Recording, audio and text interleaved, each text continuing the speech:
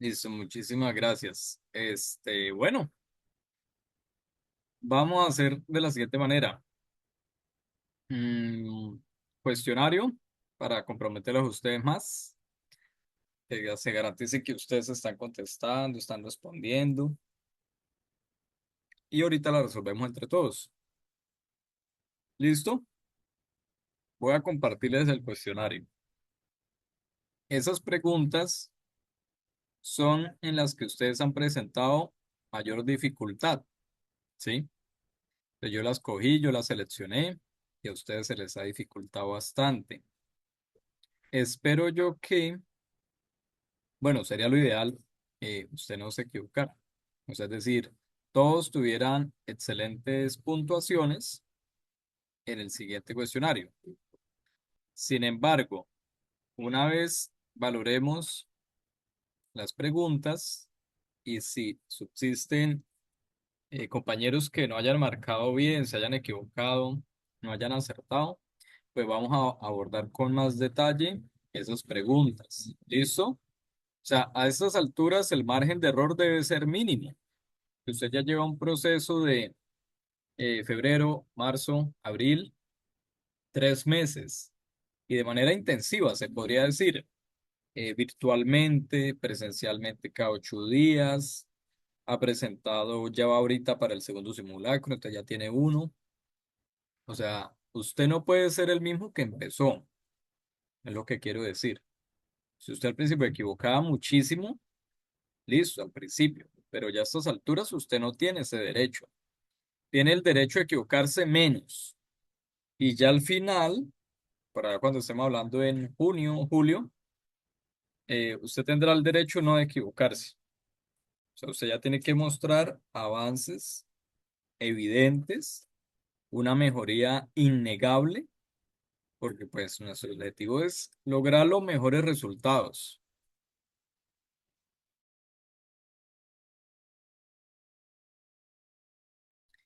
Y como esa es nuestra intención, pues obviamente eso como se hace con muy buenos resultados.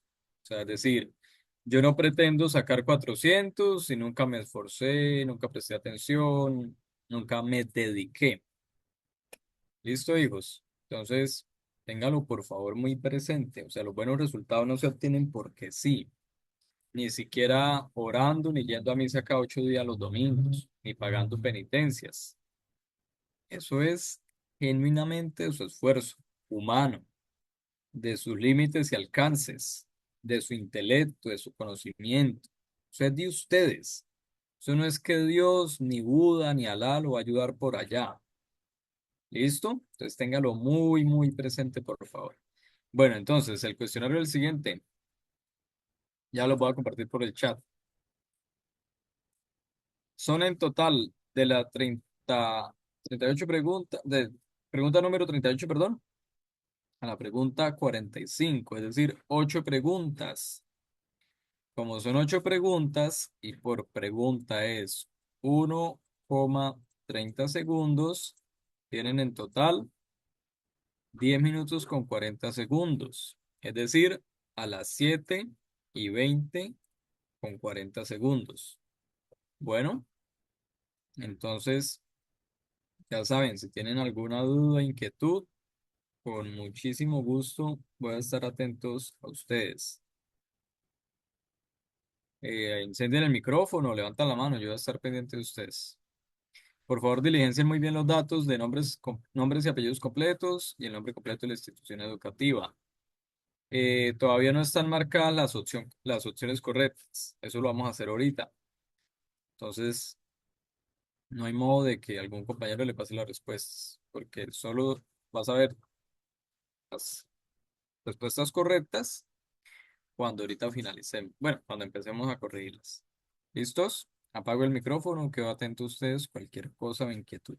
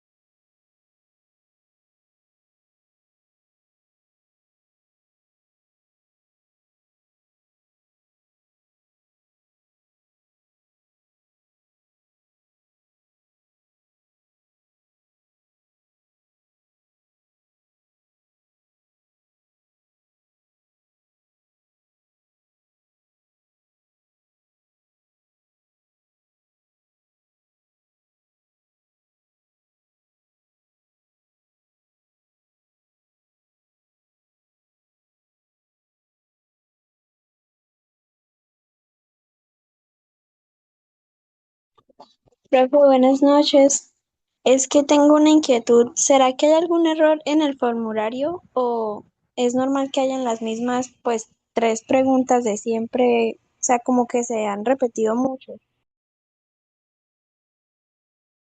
Hola Isabela, no es un error. Lo que pasa es que, como les dije al comienzo, tomé las preguntas que más se les ha dificultado.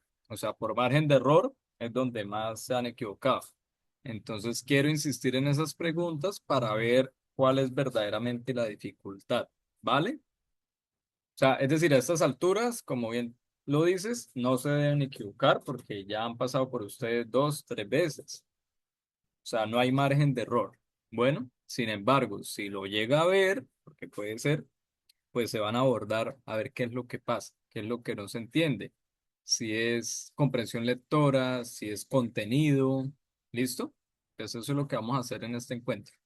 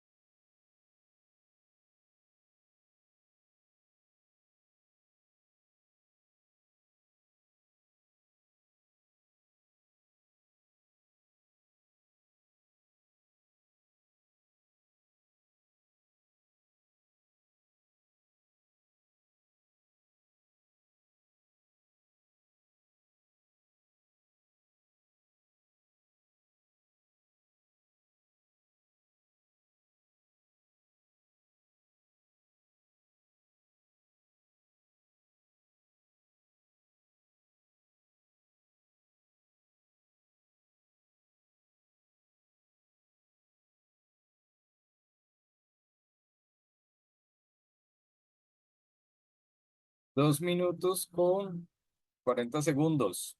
Perdón, 1 minuto con 40 segundos. Faltan.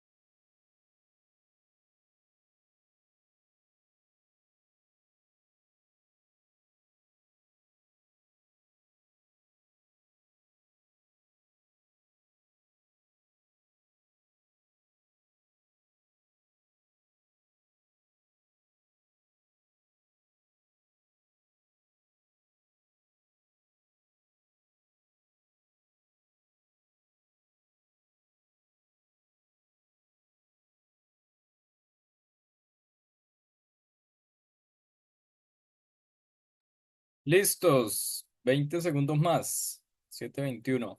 Muy bien. Respuestas totales, 15. Participantes totales, pues que tengo acá conectados, 51. Es decir, o no estamos gestionando bien el tiempo, o algunos compañeros no han enviado las respuestas, o algunos otros no quieren participar. ¿Sí? 20 respuestas. Faltan más de la mitad, bueno, con los que están, con los que ya enviaron. Esto es un ejercicio más propio para que usted también vaya mm, gestionando el tiempo, ¿no? Que usted gestione el tiempo, ya por lo menos los que están enviando a partir de ahora, pues si estuviéramos en el tiempo en la prueba real, estarían atrasados, por lo tanto le estarían quitando tiempo a otras pruebas, a otras preguntas. Supongamos que esta prueba es la última que usted va a presentar en la jornada de la tarde y usted empezó a las 2 y va hasta las 6:30, 4 horas y media, y le quedaba solo este espacio. Ahí ya el jefe de salón le da la indicación de que suspenda la actividad y listo. Entonces usted se quedó sin muchas preguntas, bueno, por lo menos 8, como en este caso, sin contestar, ¿sí? Entonces, importantísimo la gestión del tiempo, ¿vale? Les voy a compartir pantalla. Voy a hacer pantalla compartida. Compartir pantalla, listo, compartir. La voy a tener compartida para que ustedes observen, digamos, los dos escenarios. Así. Bueno, entonces, yo había dicho que no tenían derecho a equivocarse, sin embargo, se han equivocado. En esta pregunta, pregunta 38, 24 respuestas, 75% de las 24 respuestas, bien. De resto, 3 se fueron por el referendo, es decir, todavía confundimos plebiscito con referendo. Iniciativa popular no tiene nada que ver. 2 estudiantes la marcaron y un estudiante marcó constituyente. La constituyente, como su nombre lo indica, es para cambiar total o parcialmente la constitución política. Entonces, por favor, lo recuerdan. Ay,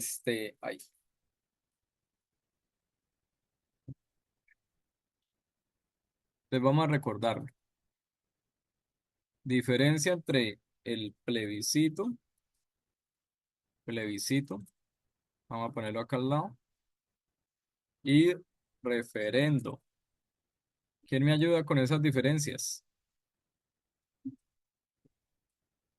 ¿Algún participante? ¿Cuál será la diferencia? Bueno, una de tantas. Adelante, William. Profe, buenas noches. Buenas noches. Yo creo, el plebiscito únicamente lo puede hacer el presidente, ¿no? Excelente. Entonces, convoca. ¿Quién convoca? Por este lado, el presidente. ¿Listo?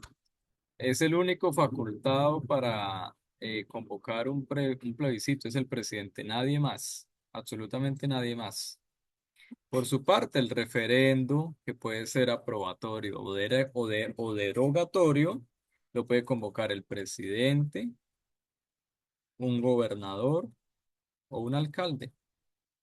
¿Listo? Es decir, cualquier ejecutivo, por llamarlo así, lo puede convocar. ¿Cuál es el alcance de cada uno? El plebiscito es sobre una decisión nacional y o internacional, como en el caso de la pregunta 38, que quieren hacer un acuerdo binacional. ¿Listo? En el caso del referendo, no es una decisión, sino es sobre una norma, ¿sí? Si lo vemos desde gobernador, perdón, si lo vemos desde departamentos o alcaldías, podría ser un proyecto de acuerdo o podría ser una ordenanza o una ley. Entonces vamos a ponerle norma o ley, ¿sí?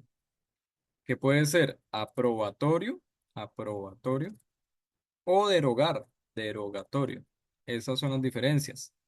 Que ya hay un texto escrito, ya hay un cuerpo normativo que se quiere aprobar o derogar. ¿Listo? En cambio, en el plebiscito es una decisión a tomar. Si vamos para adelante o no vamos para adelante. Aprobatorio, insisto, aprobar, derogatorio, eh, digamos, quitar.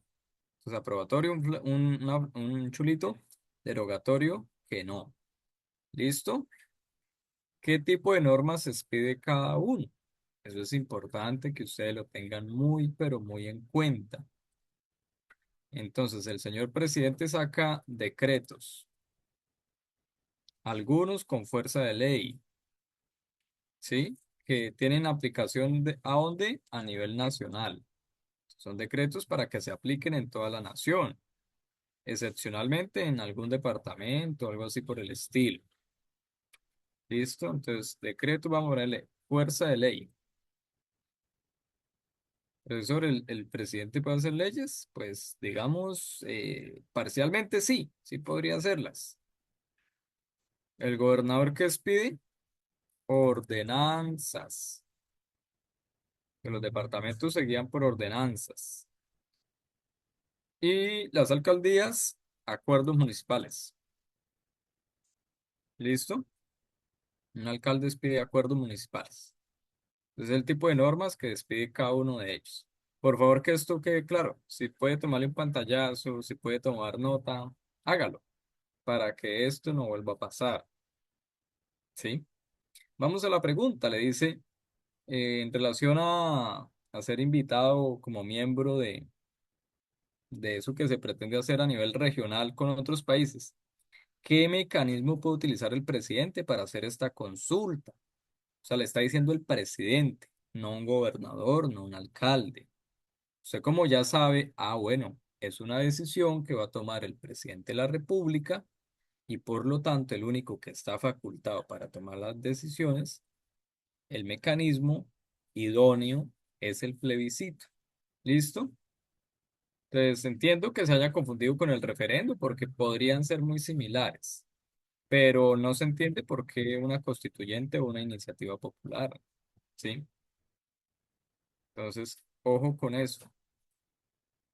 Bien, siguiente pregunta. Voy a borrar acá todo esto. Listo. Vamos a ver. Ojo, el derecho a equivocarse. Ujú. Acá se fueron eh, por la D. Acá se habla de un alcalde que hizo una reunión con integrantes de la alcaldía en instalaciones de, bueno, sí, en instalaciones públicas, porque es de la alcaldía, donde el alcalde le sugirió apoyar una candidatura, ¿sí? La pregunta es, a la luz de la constitución política, ¿cuál de las siguientes entidades le corresponde investigar la situación que desean denunciar el trabajador de la alcaldía? Entonces, obviamente no es que usted se sepa, insisto, no es que usted se vaya a saber toda la constitución política, pero debe tener claro lo siguiente. Por favor, regálame acá un momento que se activó. Ya. Usted debe tener claro lo siguiente. Existen entes de control, ¿sí? Bueno, hay un debate ahí con los abogados que uno de ellos no es un ente de control, pero digamos sino que es un ente independiente, pero digamos que son entes de control, ¿sí? Y los tres son terminados en IAS. Vuelvo a repetir, Fiscalía, que se encarga de qué? De buscar, investigar, detectar los delitos, el delito. Está la Contraloría, que se encarga de toda la parte fiscal. Es decir, voy a ponerle acá entre paréntesis la plata, el billete, las lucas, ¿cómo más le llaman ustedes? El billullo, ¿el qué? La lana, ¿qué más?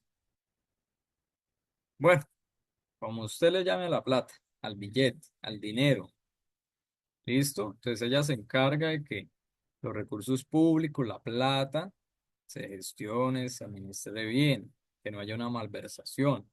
Y si las hay, pues que hayan responsables. ¿Listo? Y por último está la Procuraduría, que se encarga de la parte disciplinaria de las personas, especialmente si son servidores o empleados públicos. Entonces, acá ya se encarga de ver si usted está actuando conforme a sus funciones, está cumpliendo con sus deberes, si tiene un buen comportamiento como funcionario servidor, incluso como ciudadano. ¿Sí? Entonces, uno en Colombia puede ser sancionado por delitos, por daños fiscales y de manera disciplinaria, que son las sanciones civiles. Entonces, por ejemplo, no puede ejercer cargos públicos durante 20 años. ¿Quién lo sanciona así? La Procuraduría. La Contraloría le puede decir, está obligado a devolver toda la plata con su patrimonio o de donde se la haya robado. ¿Qué es con su patrimonio? Con su casa, su carro, sus ahorros. Entonces, coja toda plata y devuélvala. Y la Fiscalía, usted va a ser imputado por el delito de corrupción, con pena privativa de la libertad a 15 años en centro carcelario. ¿Sí? Usted puede recibir esos tres tipos de sanciones, o solo una, solo dos, depende. En este caso, pues no se está hablando, no se habló que el alcalde cogió plata de ningún lado, ¿cierto? No se dijo, no, el alcalde lo cogió plata para hacer la reunión. Luego, entonces, esta amiga acá no serviría. Segundo, lo que él hace, pues se podría, digamos, se podría considerar un delito electoral porque está constriñendo a los funcionarios de su alcaldía para votar o apoyar X o Y candidato. El constreñimiento es eso, que usted induzca, que usted eh, a la fuerza haga que otra persona vote por quien usted quiera. Podría ser, pero esto tardaría mucho para que se tipifique como delito. Acá, sin duda alguna, pues el alcalde no puede hacer política, no puede hacer campaña por nadie y luego entonces estaría incurriendo en una falla disciplinaria. Está siendo indisciplinado, no está honrando su cargo, no está actuando conforme a sus deberes de la Constitución y la ley. ¿Listo? Eso es lo que quiere decir. Ahora bien, usted podría decir, profe, pero ¿por qué los congresistas, los concejales y los diputados sí pueden hacer política? Porque el ejercicio de ellos es político. Por eso ustedes ven candidatos a la presidencia que se van al Senado y hacen política porque también son senadores. Y eso no lo prohíbe la ley en ninguna parte. ¿Por qué? Porque la esencia de ellos es hacer política. Punto. En cambio, un gobernador, presidente, un alcalde, no se puede hacer, no se puede poner a hacer política, dado que ellos administran y ejecutan los recursos públicos, es decir, la plata, el billete, las lucas. Entonces, si ellos participan en política, puede pasar que malversen esa plata, ese billete, esas lucas, en favor de una campaña política. Entonces, para evitar eso, porque la plata de la gente no es para que beneficien a X o Y candidato, sino para que nos beneficiemos todos, ojo, el bien común sobre el particular, pues se les prohíbe hacer política.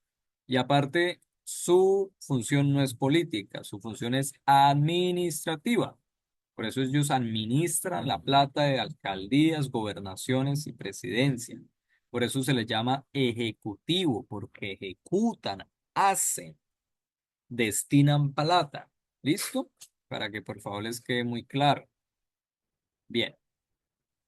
Entonces acá la opción correcta, pues sin duda alguna es la Procuraduría General de la Nación.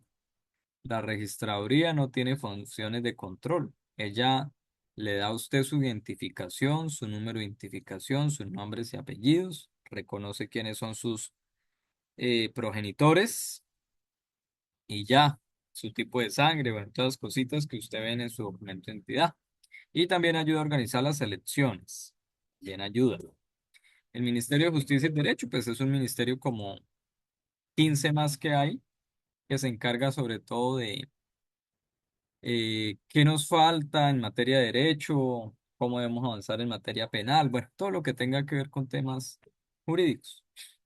Y la fiscalía, pues ya lo expliqué, persigue el delito, pero acá pues evidentemente no se puede juzgar que haya un delito, ¿sí? O sea, usted necesitará ser muy especializado y muy, ¿cómo decirlo? Erudito para decir, no, es que ahí sí hay un delito, porque desde mi visión jurídica, pues el alcalde ahí está infringiendo el código electoral, bueno, lo que usted quiera.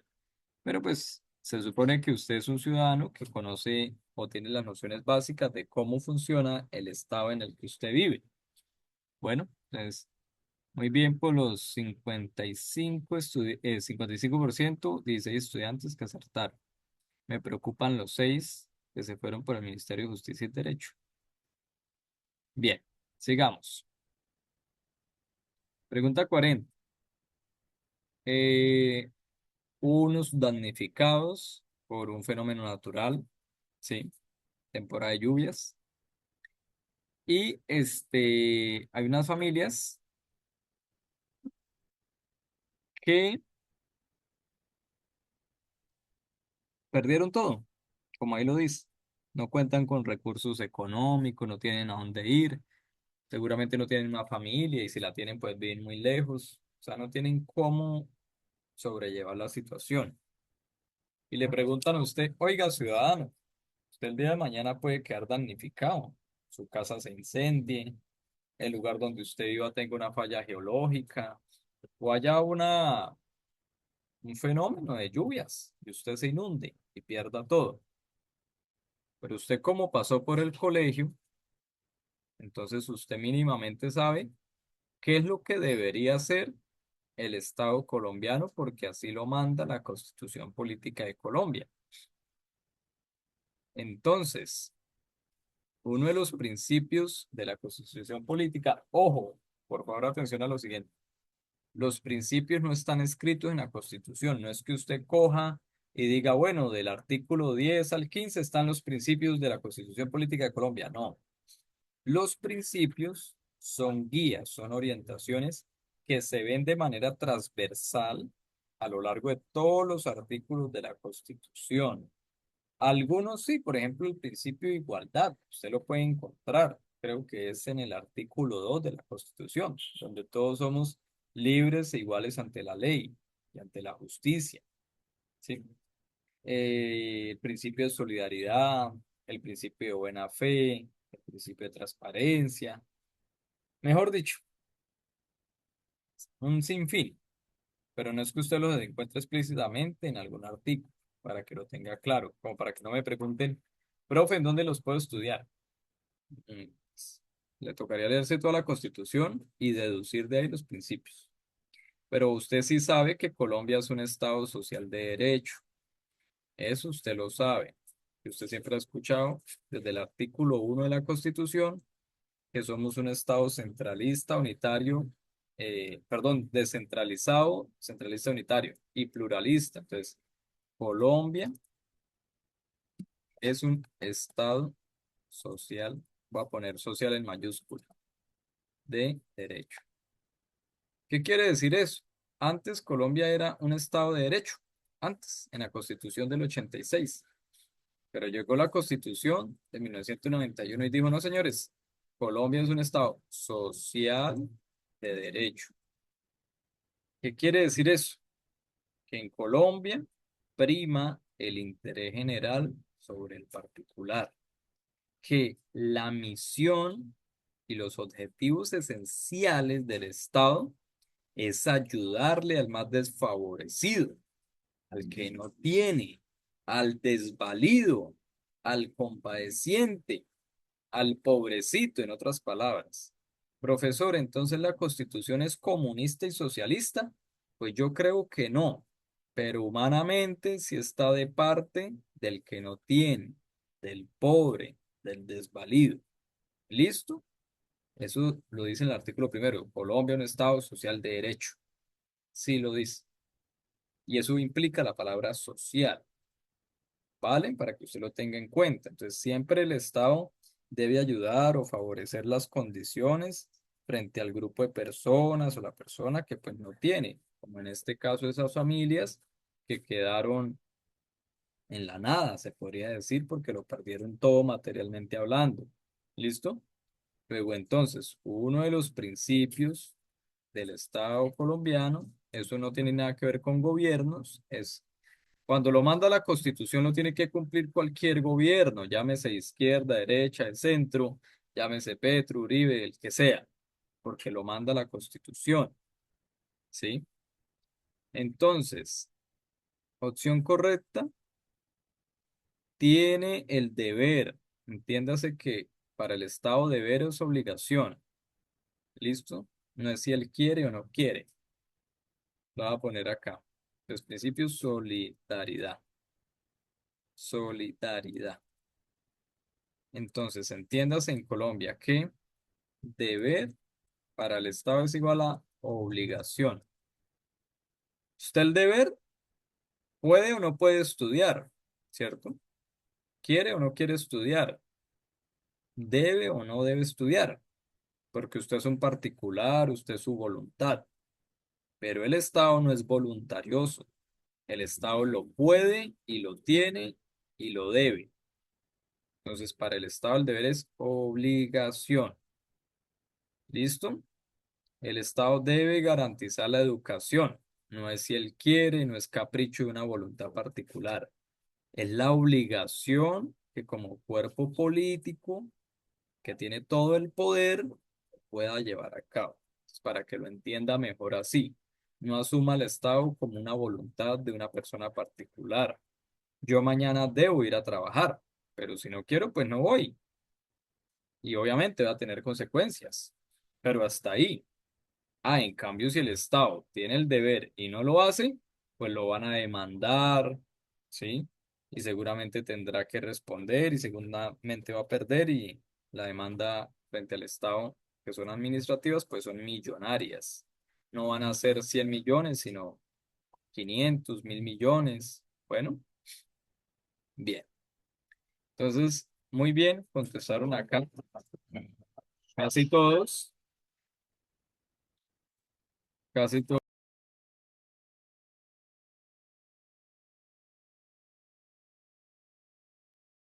casi todos lo contestaron y eso está muy bien. Entonces, opción B, el Estado tiene el deber de realizar acciones solidarias para ayudar a los damnificados. Bueno, ¿cuál de estas opciones se descartaría? La A, por lo que acabo de explicar. La C, sin duda alguna. O sea, eso es una misión del Estado. Y pues la D no tendría mayor sentido. ¿Listo? Bien. Vamos a la siguiente pregunta. Pregunta 41. Fíjense que acá nadie eligió la C. ¿En qué consiste esta pregunta? En que unos trabajadores van a formar un sindicato porque se han presentado algunos accidentes, son trabajadores de construcción, donde están laborando. Este, Sin embargo, la empresa dice que sí se les brinda toda la seguridad posible, pues para que este tipo de situaciones no pasen. Bueno, luego dice lo siguiente, los dueños de la empresa negaron estar dando implementos de seguridad inadecuados, es decir, niegan las afirmaciones del sindicato y afirman que no estaban de acuerdo con que su empresa y los trabajadores estuvieran asociados en un sindicato. Además, les exigieron disolverlo si querían, ojo acá, si querían conservar su empleo. Es decir, los están amenazando. O se sale del sindicato o se queda sin trabajo.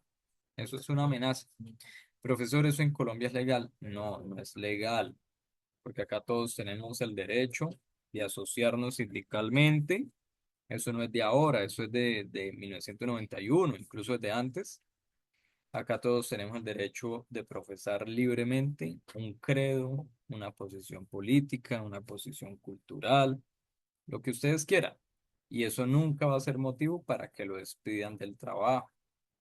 Ah, es que yo soy dueño de la empresa y acá la gran mayoría, yo soy dueño de la empresa, yo soy de derecha y la gran mayoría de mis trabajadores son de izquierda, entonces los voy a echar.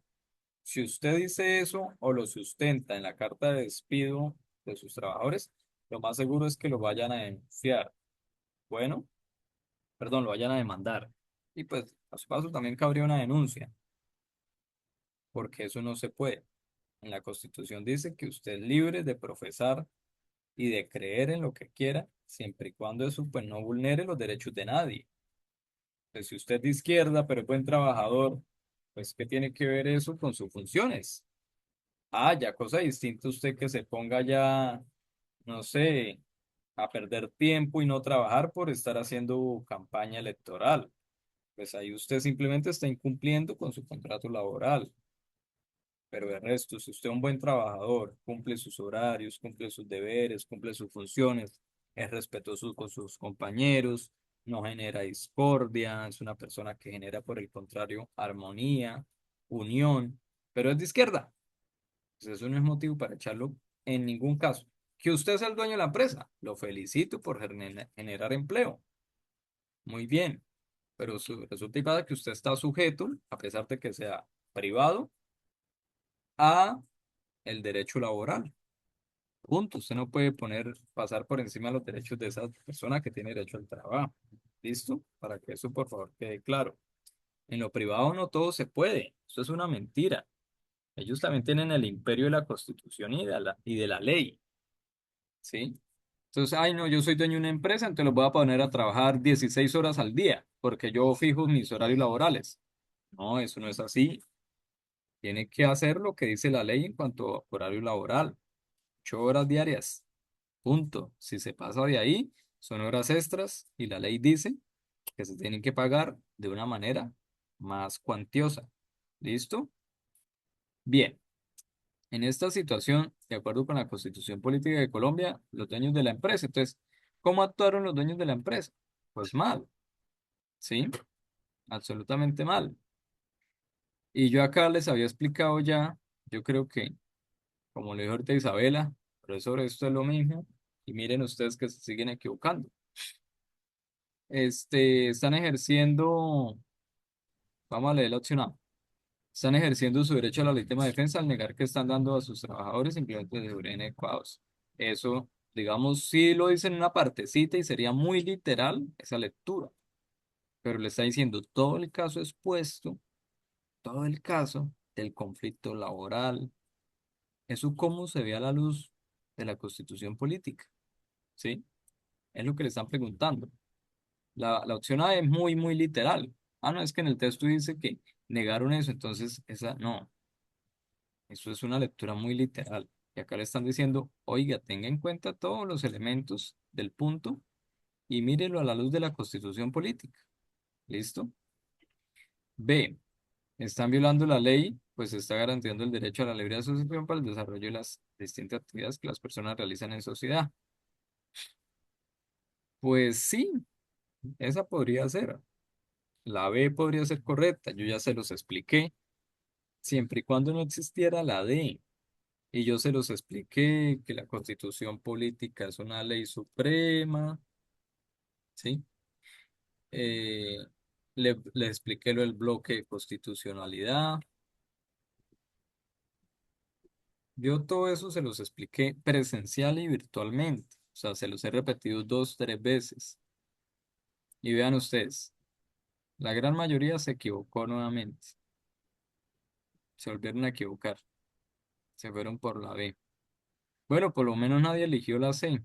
Están ejerciendo el legítimo derecho a decir sobre su empresa, sobre el tipo de implementos que se usan, la clase de actividades que las dicen y los trabajadores que contratan.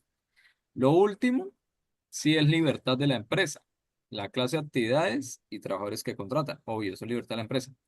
Pero no los implementos que usan. ¿Por qué? Porque hay algo que se llama seguridad y salud en el trabajo, que son unas normas de obligatorio cumplimiento para resguardar, para prevenir la integridad física del trabajador. Ah, no, entonces, si yo trabajo, qué sé yo, con materiales pesados, no, yo les voy a dar botas de caucho a mis trabajadores porque yo veré qué implemento les doy. Pues no, la norma dice que usted le tiene que dar unas botas con punta de acero para prevenir que se lastimen un dedo, el pie, cualquier tipo de accidente, porque están cargando cosas pesadas, que en algún momento una de ellas se puede caer y desafortunadamente le puede impactar en el pie. ¿Sí? Entonces hay que mitigar el daño.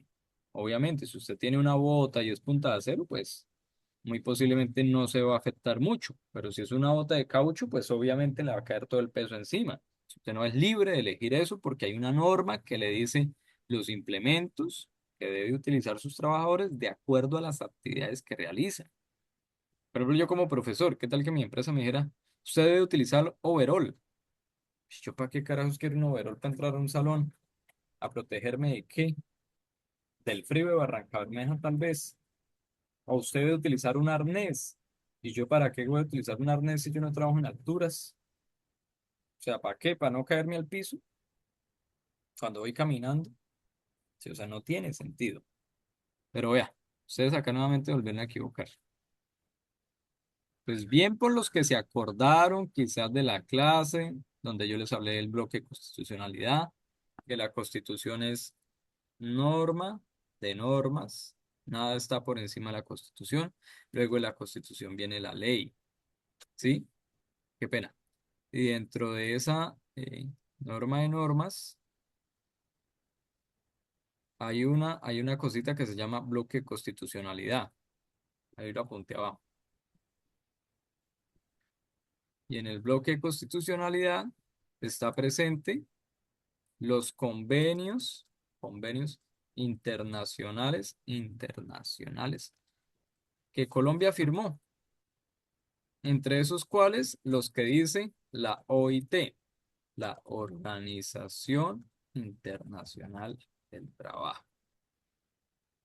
Entonces, están violando, obviamente, el mandato de la Organización del Trabajo que promueve los derechos y garantías laborales y busca fortalecer el diálogo sobre temas laborales. ¿Sí? O sea, si usted lee esto en relación a la B, dice, no, venga, es más completa. ¿Por qué? La B incluso le dice libre asociación para el desarrollo de las distintas actividades de las personas que realizan en la sociedad. O sea, son muchísimas las actividades que realizamos como sociedad. Deportivas, culturales, económicas, políticas, religiosas. Imagínense cuántas no. ¿Y el caso puntualmente que le está hablando? Pues de un problema laboral, por decirlo así. Luego, entonces esa B es muy amplia. Y recuerden ustedes que debe ser la opción más concreta, más particular frente al caso. Entonces, eso extrapola el caso expuesto. Ah, pero si usted va a la D y se acuerda bloque de constitucionalidad, el profesor nos lo explicó. Los convenios internacionales que firma Colombia tienen igual relevancia que la Constitución. ¿Por qué? Porque Colombia los incluye dentro de los artículos de la Constitución, de manera explícita o implícita. ¿Sí? Ah, y además en el caso me dice que hay derechos y garantías laborales, ¿sí? Por ejemplo, cumplir con esos implementos y aparte se busca fortalecer el diálogo sobre temas laborales, que es lo que también está violando la empresa, que la empresa no entabló una mesa de diálogo, de negociación, ¿no? Dijo, o se sindicalizan o se quedan sin trabajo. Pues ahí qué diálogo va a haber, ahí es una clara amenaza. ¿Listo? Por favor, dudas, inquietudes con esto. Esto no debería estar pasando. O sea, esto debería haber pasado si yo no les hubiera explicado como 3 veces, ya con esta 4 veces, este tema. ¿Sí? O sea, usted debe demostrar avances con usted mismo. O no sé si no me estoy haciendo entender. Ustedes me dirán,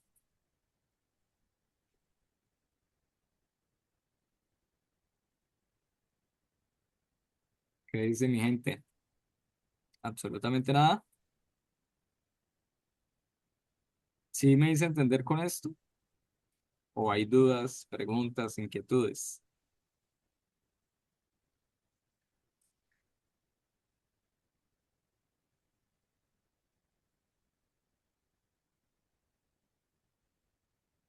Nada, no hay dudas. Pues si no hay dudas, uno supone que todo quedó muy claro. Esperemos que si próximamente les vuelva a caer esa pregunta, pues, o bien sea que se acuerden de la respuesta, o bien sea que se acuerden de la explicación, o bien sea que no se acuerden y nuevamente se vuelvan a equivocar.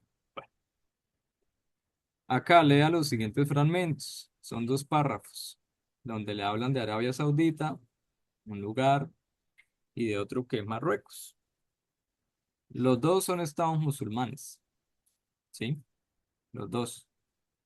Ahí le van diciendo cada uno cómo lo asume, cómo lo lleva a cabo. Y la pregunta es, una razón que explica la semejanza entre las normas de Arabia Saudita y Marruecos es que, pues al ser estados musulmanes, usted sabe, o bueno, el caso le está diciendo, que ponen a Dios, ¿sí? Sobre todas las cosas. Lealtad al rey según el libro de Dios, el Altísimo y la tradición de su profeta. Bueno, ahí no están hablando, diciendo lealtad a las normas o a una constitución, sino al libro de Dios. ¿Qué podría decir una Biblia? Bueno, una Biblia. En Marruecos dice la preeminencia atribuida a la religión musulmana. ¿Qué quiere decir preeminencia? ¿Qué querrá decir preeminencia?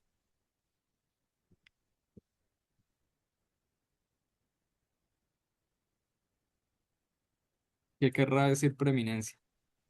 Mayoría, Mayoría, que está sobre lo demás, que está sobre todo. Voy a poner todo esto, todo lo demás, que es lo primero. Bueno, hay muchas maneras de reemplazarlo. Entonces, ahí claramente le está diciendo textualmente, ¿sí? Cada país cómo se guía. Listo, usted lo leyó. Dice, el 15 estudiantes, ambos países le dan prevalencia, sí, puede ser sinónimo incluso de preeminencia, a las leyes divinas por encima de las terrenales, por supuesto. ¿Qué es la Biblia? ¿Qué son lo sagrado escritamente? Pues son leyes divinas, porque hay que cumplirlas. Eso no es para que usted las lea y ya. Así como nosotros tenemos 10 mandamientos, usted los tiene que cumplir. A ver en cuál se equivocaron en estas 7 estudiantes. Ambos países le dan mayor importancia a las leyes no escritas que a la Constitución. Eso en ningún lado lo dice. Porque, es más, ni siquiera le nombran la Constitución. O dígame en el primer párrafo en dónde está la palabra constitución. O cómo la deduce usted. Es decir, ¿usted cómo sabe que ahí le están hablando de una constitución? Porque dice el libro de Dios y nombra el artículo 2.6, pero el libro de Dios, o sea, la Biblia, llamémosle, o el Corán. En este artículo se observan, ¿sí? Vean, en Marruecos, apego marroquí, por por ningún lado se puede deducir la palabra constitución. Entonces no, no existe, no está. Sin embargo, pues acá 7 estudiantes dicen que sí. Entonces, que hay leyes no escritas que están por encima de la Constitución. Pero bueno, pues, ¿de dónde sale la Constitución? Acá, ambos países tienen sistemas jurídicos heredados de sus colonizadores. O sea, son eruditos en historia, porque saben muy bien la historia de Arabia Saudita y de Marruecos. Pero bueno, en dado caso, no fueron sus mismos colonizadores. Y esta, en la A. Ambos países tienen una tradición jurídica similar, hereditaria a la época de la Ilustración, pues estos países son de Medio Oriente. Es decir, la Ilustración es un proceso que se dio entre el siglo XV y XVI en Occidente, o sea, Europa. Europa es distinto al Oriente, por eso nos distinguimos en esos puntos cardinales. Oriente, Medio Oriente u Occidente. Hay algunos que dicen Oriente Lejano y Medio Oriente, o Oriente Cercano, creo que es, no me acuerdo muy bien, pero son dos mundos distintos para que usted aprenda. Hay dos mundos separados en el mundo, por decirlo de alguna manera, porque tienen una forma de ver la vida muy distinta. Por un lado está Occidente y nosotros somos occidentales, porque nos colonizó España, y por el otro lado está Oriente. ¿Sí? Usted no puede analizar bajo las mismas categorías racionales a Oriente, porque es un sistema cultural totalmente distinto al nuestro. Entonces hay muchos que dicen que hay que conciliar esos dos mundos, a Oriente y a Occidente, ¿sí?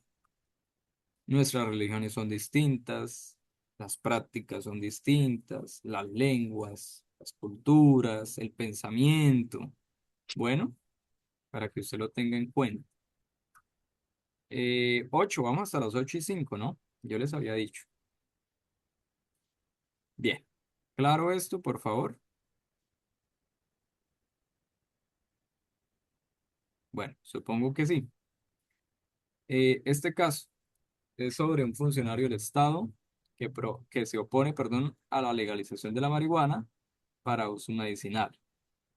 Según él, y tiene un prejuicio, eso abre la posibilidad de que el uso recreativo pues se preste para otros usos.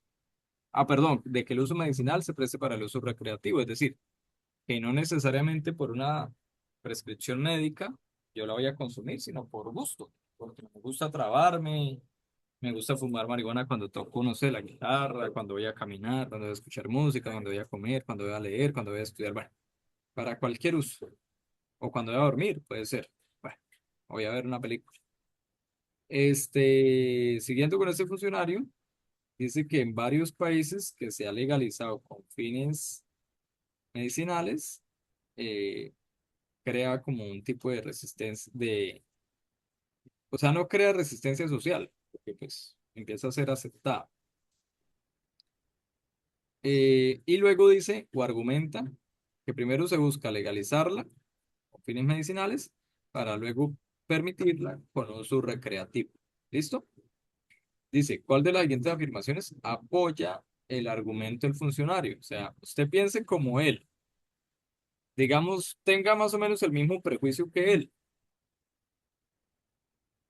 Dice así. La B, el uso de la marihuana medicinal reduce su percepción social negativa, con lo cual logra una aceptación social y legal de la planta en todo tipo de uso. Sí, muy bien, esa es la respuesta correcta. De hecho, él hace más o menos ese razonamiento acá, ¿sí? Véanlo acá. Él logra hacer ese razonamiento. sea, la respuesta correcta sin duda alguna es la B.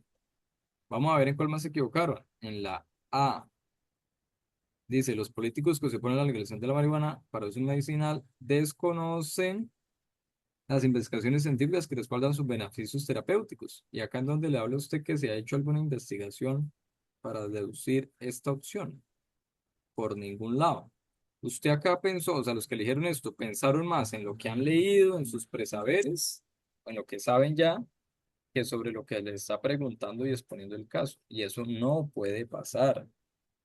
Por eso insisto mucho, usted no se puede salir de la pregunta. Obvio que a veces usted tenga un conocimiento que le pueda ayudar, como en el caso de los mecanismos de participación ciudadana, como en el caso de las funciones del Estado, como en el caso de los principios de la Constitución. Sí, ahí es válido. Claro, usted tiene que traer sus conocimientos para poder responder ese tipo de preguntas. Pero en estos casos, usted se dejó desviar totalmente de la pregunta. Sí, porque acá en ningún caso le nombran a ustedes investigaciones científicas. Si las hubiera, pues bueno, más o menos se podría apoyar ese argumento. La pregunta C y D están empatadas. 4 y 4 estudiantes. Bien, pregunta 44. Acá le hablan sobre la diversidad. Bueno, un elemento que reconoce la nueva constitución sobre diversidad étnica y cultural. ¿Sí? Y sobre la multiplicidad o la diversidad cultural que hay en Colombia. Acá está la fuente. Dice, a partir de este fragmento, se puede establecer que una de las características del multiculturalismo es, vamos a ver si acá lo nombran explícitamente. Ta, ta, ta, tan. El hecho de que la multiplicidad de culturas, eso podría asumirse como multiculturalismo. Dice, el resultado de diversa y compleja articulación entre dinámicas locales y globales, entre ellas se encuentra la transformación discursiva a escala global, en que la multiculturalidad emerge como un rasgo característico de lo social local nacional, de nuevas expresiones políticas de sectores de la población que reclaman el reconocimiento de la diferencia cultural como derecho. Bien, entonces, ¿cómo se podría entender el multiculturalismo? Todos se fueron por la opción D, el reconocimiento de la pluralidad de matices culturales que pueden construir una misma nación. Bien, dos estudiantes fueron con la C, la generación de nuevas instituciones y normas legales para defender los derechos individuales. No sé por qué se habrían guiado por esa opción. La B, el reconocimiento de la importancia de las actividades culturales para los ciudadanos. Pues sí, es decir, es importante, pero le están preguntando que de acuerdo a estos dos textos, ¿usted qué podría deducir como multiculturalismo? ¿Qué lo caracteriza? Y A, la conciliación del discurso de igualdad y homogeneidad de las culturas a nivel global. Esta, pues digamos, debería ser la primera opción que usted descartaría, la A, porque cuando le hablan de multi y homo, multi, muchos, variados, diferentes.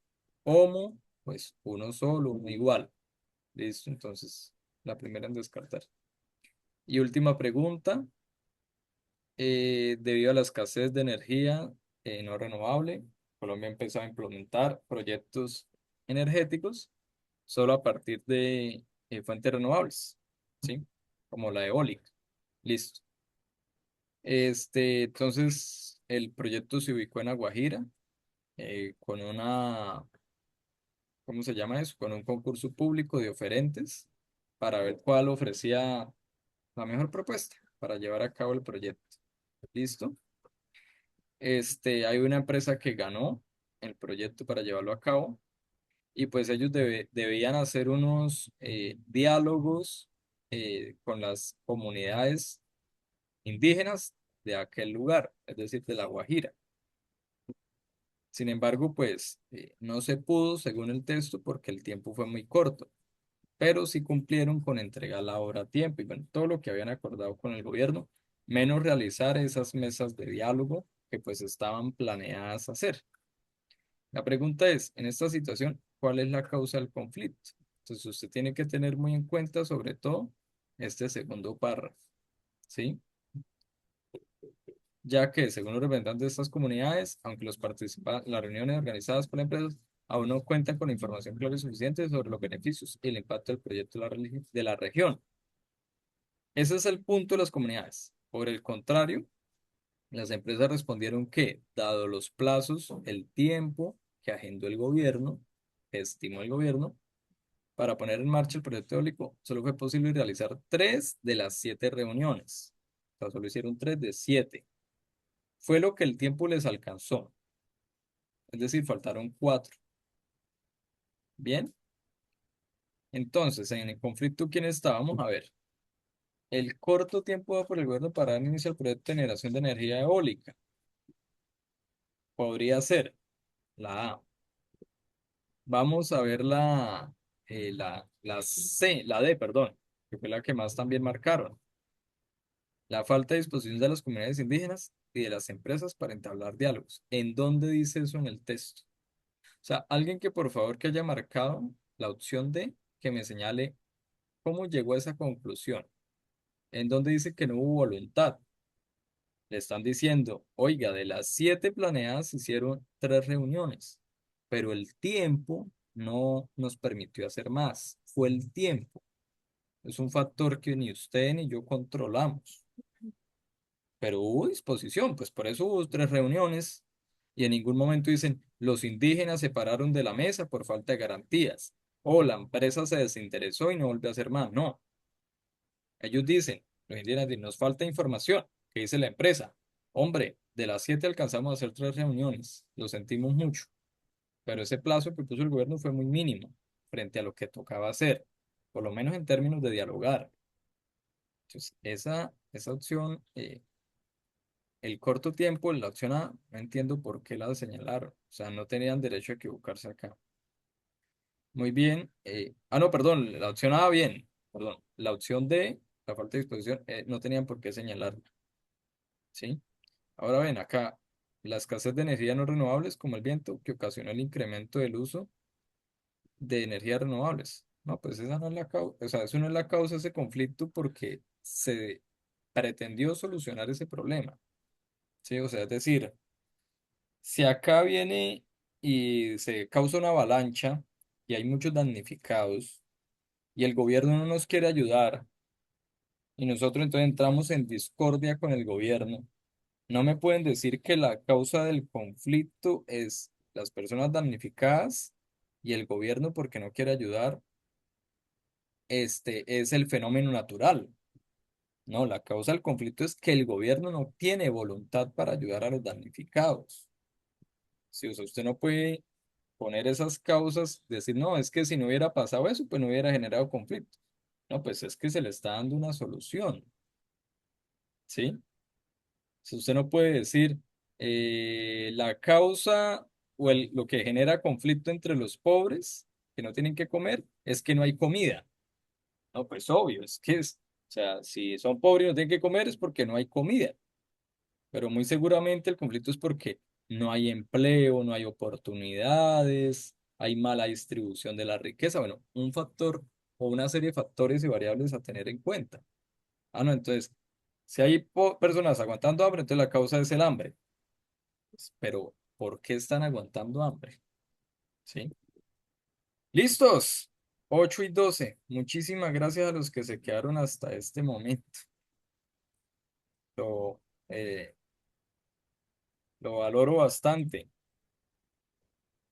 Gracias por su atención. Ya ahorita les pongo un puntaje y que las respuestas correctas, pues para que los que respondieron tengan ahí sus puntajes. ¿Listo?